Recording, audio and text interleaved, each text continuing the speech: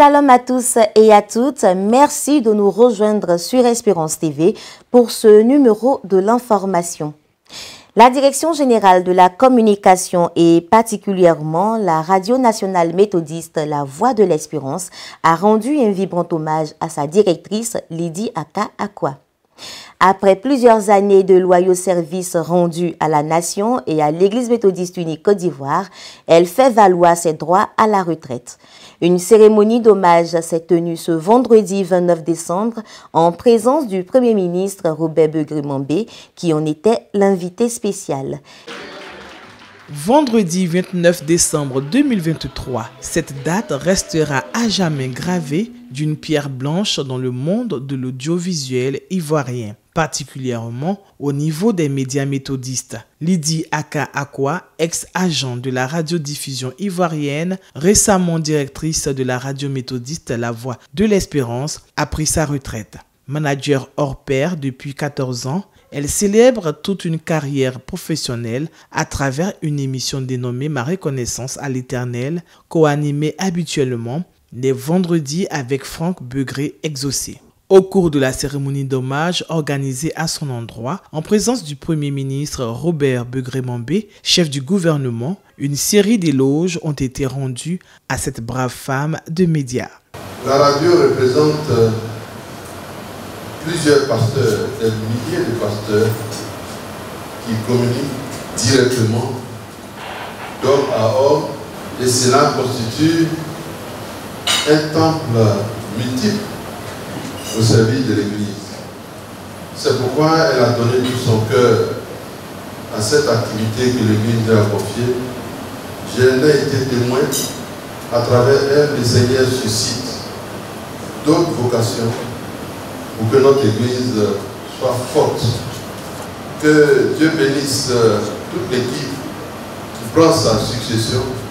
La Direction générale de la communication, avec toutes ses composantes, ses ex-collaborateurs et responsables d'institutions de l'Église méthodiste unique Côte d'Ivoire, ainsi que sa famille biologique, ont tour à tour offert des présents à l'illustre personnalité. Madame la directrice de La Voix de l'Espérance, vous nous avez permis de continuer ce que nous avons appris à travers la rédaction du journal de La Voix de l'Espérance. Et je l'ai dit, ce fut une expérience des plus enrichissantes. Juste demander au Seigneur de continuer ce qu'il a commencé avec vous. Qu'il tende sa main sur votre maison. Qu'il tende sa main sur vos aspirations les plus profondes. Vous avez enseigné bien plus que la radio. Vous avez offert des leçons de vie. Des leçons à partir de votre expérience de vie. Vous avez tissé autour de vous non seulement une équipe, mais une famille. La famille de La Voix de l'Espérance. Monter la machine de La Voix de l'Espérance, la faire tourner, pérenniser le projet sur le long terme, tel était le fardeau que vous portiez sur vos épaules. C'est dans une atmosphère de joie, mais surtout d'émotion que s'est déroulée cette célébration. Une initiative qui ne la laisse pas indifférente. J'ai vu beaucoup de personnes défiler pendant l'émission tout à l'heure. Beaucoup de personnes venues me témoigner de leur affection. Et j'étais loin d'imaginer ce moment que vous avez organisé. Je voudrais vous dire merci. Merci du fond du cœur. Merci de l'affection témoignée. Au moment où j'arrête mes fonctions, au moment où je pars, je voudrais vous demander une seule chose. De garder cette détermination qui a été la nôtre pendant ces 14 ans. Madame Lydie Aka Akwa a été célébrée pour ses bons et loyaux services rendus à l'Église. Une carrière professionnelle marquée par de belles réalisations.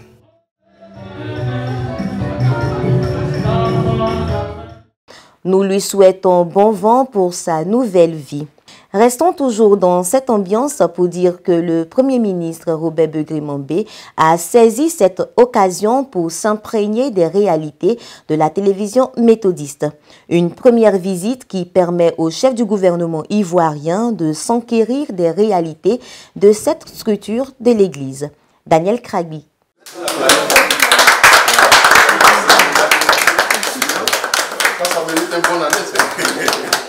En marge de la cérémonie d'hommage à Madame Lydie Aka Akwa, directrice de la radio méthodiste La Voix de l'Espérance, qui part à la retraite, le Premier ministre Robert Begré-Mambé, invité spécial de la cérémonie, en a profité pour visiter les locaux de la télévision méthodiste Espérance TV. Occasion pour le chef du gouvernement de toucher de plus près les réalités de la télévision. Tout ce qui est grand commence par ce qui est petit.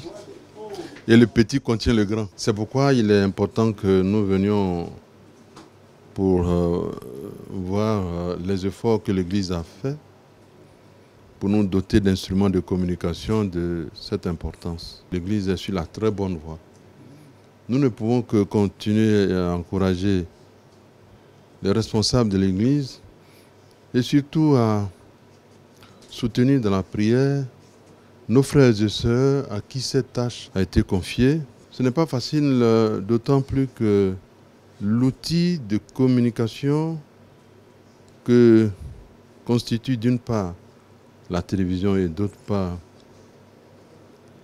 la radio sont des outils multiplicateurs de l'annonce de la parole de Dieu.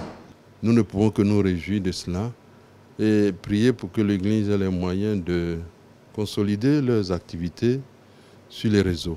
La proximité que créent la radio et la télévision constitue une base de consolidation de la sérénité de nos fidèles. Pour cette visite, le Premier ministre était guidé par les responsables de la chaîne de télévision méthodiste.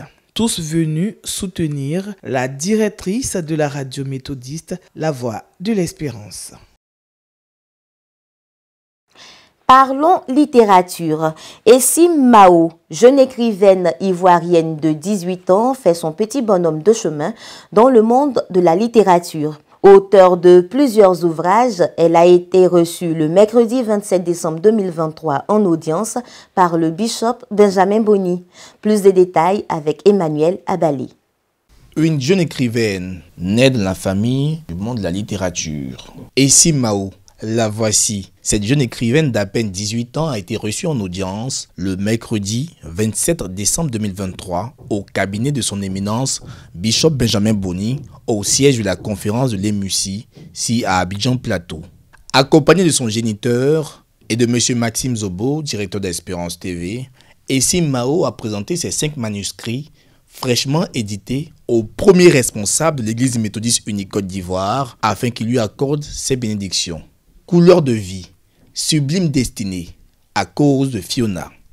Ma sœur, mon poison, libérée par grâce. Ce sont 5 romans qui abordent différents pans de la société en vue d'un changement d'attitude, mais aussi à but d'évangélisation. J'ai commencé l'écriture à l'âge de 10 ans, en classe de 6e, dans l'optique de devenir scénariste plus tard. Et Dieu a décidé autrement, faisant de moi une écrivaine par la publication de mes différentes œuvres. L'entrevue s'est très bien passée par la grâce de Dieu. J'ai été reçue comme il fallait. J'ai reçu les bénédictions du bishop et je crois que ces bénédictions-là pourront m'accompagner tout au long de ma carrière. Pour son éminence, Bishop Benjamin Boni, cette jeune écrivaine est à encourager et à féliciter. Il a par ailleurs confié sa vie au Seigneur pour un plein succès dans sa carrière. Originaire d'Azagué Awa et issu de l'église méthodiste unie Temple Galilée du plateau de Cuy, Essim Mao a à son actif 13 ouvrages non encore édités. Cette jeune prodige de la littérature ivoirienne est en 2e année de licence de droit. La fin de l'année, vous le savez, est souvent marquée par plusieurs actions que posent des structures ou organisations. La chorale Immense Grâce de Gonzagueville, dans la commune de Port-Bouët, à la faveur de son 10e anniversaire, a choisi le service d'oncologie pédiatrie du CHU de Trècheville pour une action caritative en vue de soutenir les enfants malades de cancer. C'était le mercredi 27 décembre 2023 en présence des autorités religieuses du circuit de Port-Bouët dans le district Abidjan Sud. Raphaël Dompi.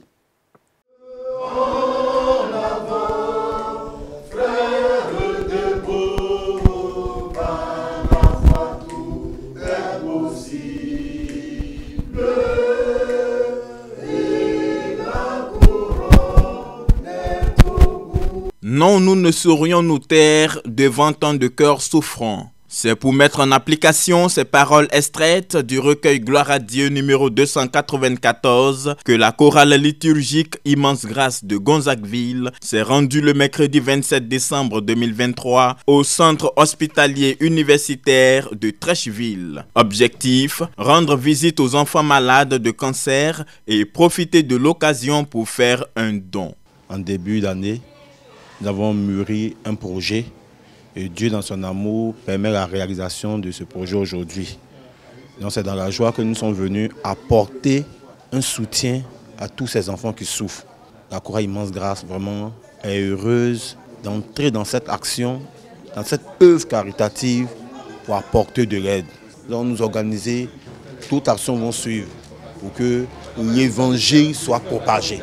La délégation conduite par la révérende pasteur Louise Kida, en charge du circuit de Port-Bouët, représentant le très révérend pasteur Philippe Adjobi, surintendant du district Abidjan Sud, avec la présence des autorités de la communauté Immense Grâce de Gonzagueville, a touché du doigt les réalités des enfants malades. Quand on sait les enfants malades du cancer, on est en quelque sorte troublé. Les parents sont déboussolés et on sait que le traitement du cancer coûte très cher. Et notre contribution, au-delà de la prière, c'est de poser un acte à l'endroit de ces enfants. C'est un message fort, adressé à l'endroit de tous les chrétiens, en général, et aux méthodistes en particulier. Une chose est de rester dans les églises de prier, mais l'autre chose est de pouvoir se déplacer pour voir la souffrance des gens. C'est un message fort qu'en cette fin d'année, la chorale Immense Grâce de l'Émile Gonzagueville nous lance. Et nous devons pouvoir saisir la balle au bon. Nous devons donc nous mobiliser comme une seule personne pour que nous puissions éradiquer cette maladie depuis la base.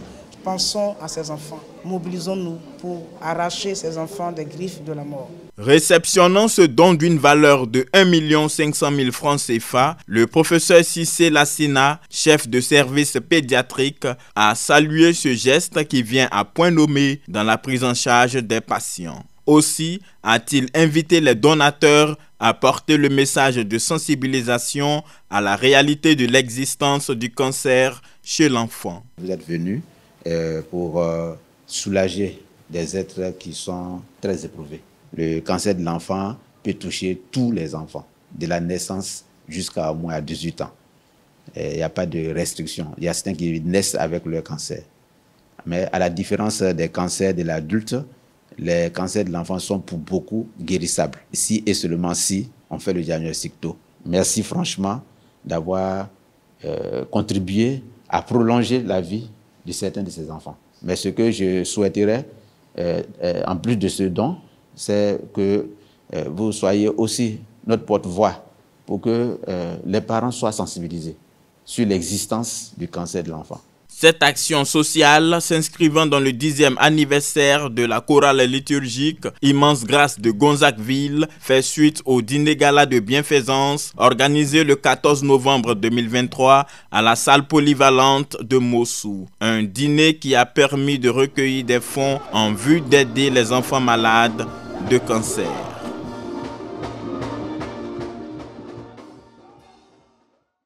Nous sommes en fin d'année, les Ivoiriens s'activent. Chacun y va selon ses besoins et ses moyens pour passer des moments agréables et de qualité. Emmanuel Abalé nous décrit l'atmosphère festive qui règne du côté de Bingerville et à Cocody. Ce jeudi 28 décembre 2023, il est 7 h du matin quand Dame Bafou Nathalie fait le ménage de sa maison avant de se rendre à un rendez-vous important. Bafou Nathalie est une commerçante qui vit dans la commune de Bingerville, fidèle méthodiste. Elle fréquente la communauté Bethesda de Bingerville où elle est à la fois choriste et prédicatrice. Pour bien accueillir 2024, elle prend des dispositions particulières. La fête, depuis longtemps, on a commencé à la préparer, puisque on a une organisation qu'on a mise en place dans le quartier. Nous faisons des tontines et aujourd'hui, nous devons prendre tout ce qui est prévu. Nous allons nous retrouver toutes au terrain de santé pour récupérer tout ce qui a été prévu. C'est ici, sous ce hangar, près du terrain de football du village d'Akoué Santé, que Nathalie a rendez-vous avec les membres de son association pour recevoir des kits alimentaires et du matériel de cuisine après 3 trimestres de cotisation. Nous sommes une cinquantaine de femmes. Nous avons fait des collectes de 500, de 300, de 400 jusqu'à 100 francs en fonction de tes revenus journaliers. Voilà. Par jour, on fait des cotisations pendant 4 mois. Donc c'est comme ça que nous avons organisé et ça c'est pour chaque fête. Quand il y a la Pâque, c'est pareil. Quand il y a les fêtes des mères, nous organisons nos tontines. Fin d'année aussi, c'est comme ça. À Abata, dans ce salon de coiffure, Koulibaly Salimata perçoit les fêtes de fin d'année autrement. Je tresse dans la commune d'Abata. Bon, comme il y a cliente, pour le moment on est là, mais le jour de 31, si je suis trop fatiguée, je vais rentrer à la maison pour me reposer. Le premier, on va voir ce qu'on peut faire. En tout cas, venez, on tresse bien, on fait les chignons, on fait les mapoussis. En tout cas, nous on est là. Je vous souhaite bonne fête à tous et à tout le monde. Pour William Dix, président directeur général d'une entreprise mécanique, ces derniers jours de 2023 sont une opportunité de se reposer après 12 mois de travaux acharnés. Mais avant, il s'assure que les visites techniques et les dernières réparations sont au point avant que le propriétaire de ces véhicules les réceptionne. Ce sont les congés, donc je profite de mes congés. La fête commence dès maintenant. En tant qu'enfant de Dieu, on n'a pas besoin de rester à la maison ou même de rester au bureau pour prier. Ceux qui ont des occupations qui sont employés et tout, ça on ne les comprend même pas. Moi je suis CEO. On dit merci à Dieu de m'avoir permis pendant 12 mois de travailler 2023, un peu très difficile. Mais par la grâce de Dieu, comme nous sommes enfants de Dieu, nous avons été estompés de beaucoup de choses. Après cela, il sera en l'église, la source de grâce, située au quartier Faya. Membre de cette communauté, il est également le responsable à la communication. Pour les fidèles méthodistes et les communautés sœurs, le culte de la longue veille ou la traversée 23-24 reste l'événement majeur à ne pas manquer. C'est également l'occasion pour les commerçants de faire plus de profit, comme c'est le cas avec la ferme de volailles du couple Boni à Gonzagueville, dans la commune de Port-Boué. Cette activité lucrative s'intensifie en mouvement et en revenus à l'approche des fêtes. En témoigne ce récit de Raphaël Dompé.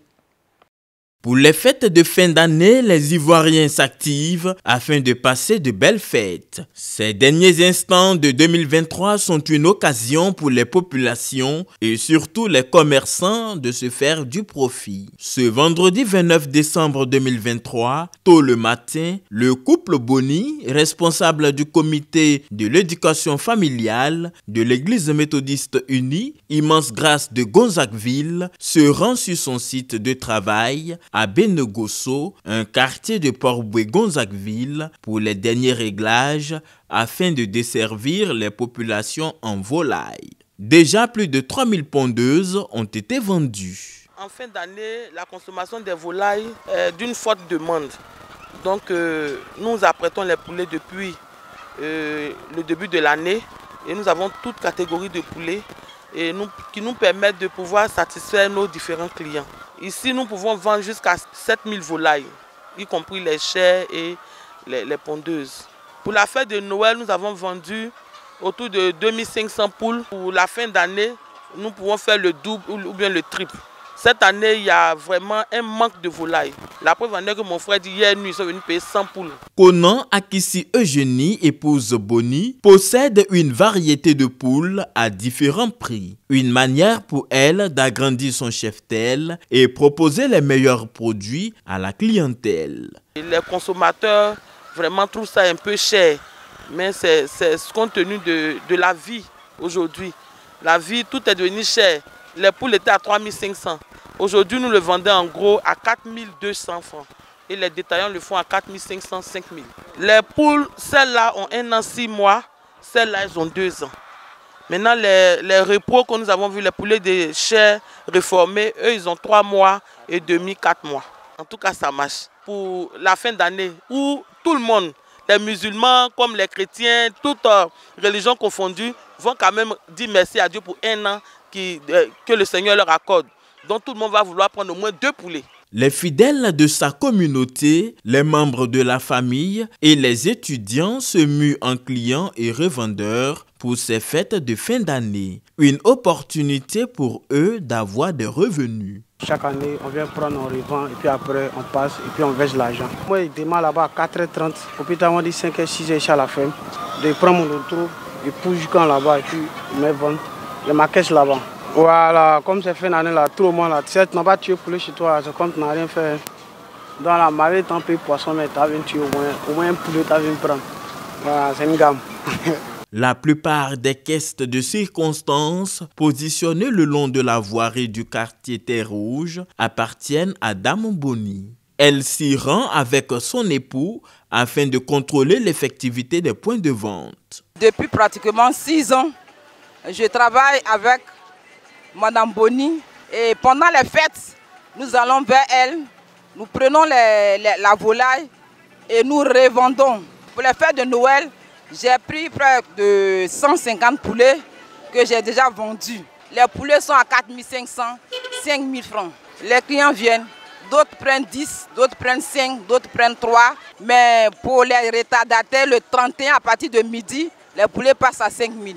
À côté de la volaille, le couple possède une ferme de porcs. Pour ces fêtes de fin d'année, il ravitaille le marché abattoir de Port-Boué en viande. Cela fait 22 ans que la responsable du comité de l'éducation familiale de l'église locale Immense Grâce, Akissi Boni, consacre sa vie à l'élevage. Une passion qu'elle tire de la Bible. On se souvient encore, il y a quelques jours, les chrétiens célébraient la fête de Noël.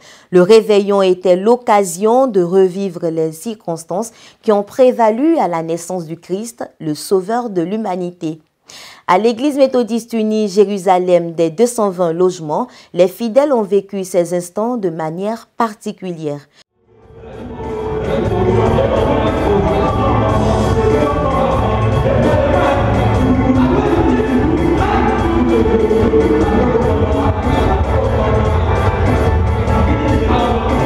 Ambiance bon enfant ce jour de Noël à l'église méthodiste unie, temple Jérusalem des 220 logements. Pour ce temps spécial, la liturgie a été conduite en majorité par les enfants. Dans toutes ses composantes, les différents niveaux de l'école du dimanche ont mimé l'histoire qui retrace cet événement il y a de cela plus de 2000 ans. Sketch, danse, récits ont été les activités phares de cette soirée. La naissance de Jésus-Christ représente pour moi un grand bonheur. Il a enlevé les péchés, il est mort et le 3e jour il est ressuscité. Sans lui, nous ne pourrions être sur cette terre.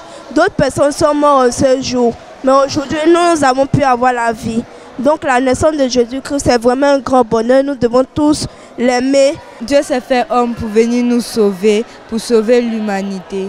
Qu'il est notre Sauveur, notre Père et notre Seigneur. La célébration de la nativité du Christ traduit l'amour de Dieu et est la preuve tangible de la réconciliation entre l'homme pécheur et son Créateur. L'a-t-il souligné le révérend pasteur Akpa Essou Jacob, pasteur en charge de la communauté. En Jésus-Christ, Dieu s'est fait homme pour être au milieu des hommes, pour sauver son peuple. En Christ, Dieu s'est fait homme pour se rapprocher de l'homme et partager le quotidien de l'homme. Jésus est venu nous sauver. Nous avons fait l'honneur aux enfants pour les préparer à devenir église de demain. Imprimer le modèle de vie mené par le Sauveur Jésus-Christ dans les mœurs de l'enfant méthodiste est aussi un objectif des responsables de l'Écodim à travers l'organisation de cette soirée culturelle. Accompagner les enfants dans la célébration de la naissance du Sauveur du monde, c'est aussi leur inculquer, leur léguer la valeur et l'héritage de la foi chrétienne. On ne peut pas attendre à l'âge adulte, mais c'est encore mieux de les accompagner et de les guider dans l'apprentissage de la lecture et de la prédication de la parole. La naissance de Jésus-Christ, événement important pour le chrétien, mais aussi historique dans l'histoire de l'humanité, marque également le début de notre ère selon le calendrier grégorien. La page internationale de cette édition s'ouvre avec le catcheur Hulk Hogan et sa femme qui se sont fait baptiser récemment en Floride aux États-Unis. Terry Eugene Bollea, de son vrai nom, est originaire de Géorgie. Il a derrière lui 36 ans de carrière professionnelle et 13 titres de champion du monde dans la catégorie poids lourd. Âgé de 70 ans, Hulk Hogan a annoncé sur ses réseaux sociaux qu'il était converti depuis ses 14 ans, mais il décide désormais de centrer sa vie sur sa foi chrétienne. De retour en Afrique, en Zambie, les autorités ont dénombré 5 décès et 111 nouveaux cas de contamination de choléra. À cet effet, un renforcement de la campagne sanitaire est annoncé avec des mesures d'hygiène drastiques au sein des foyers. Les autorités zambiennes ont annoncé jeudi un renforcement de la campagne sanitaire de lutte contre le choléra. La maladie est en expansion depuis octobre. Il a déjà fait succomber près d'une centaine de personnes cette année dans le pays. 5 décès et 111 nouveaux cas de contamination ont été enregistrés en 24 heures, du fait notamment de fortes pluies qui accélèrent la transmission de la maladie bactérienne à travers l'eau et la nourriture infectée, selon la ministre de la Santé, Sylvia Masebo. Il s'agit du total quotidien le plus élevé de 2023. Sylvia Masebo a appelé à des mesures d'hygiène plus drastiques au sein des foyers et son homologue chargé de l'eau, Mike Mpocha, a affirmé que du chlore serait plus largement distribué pour désinfecter les eaux contaminées dans les régions les plus touchées par le choléra.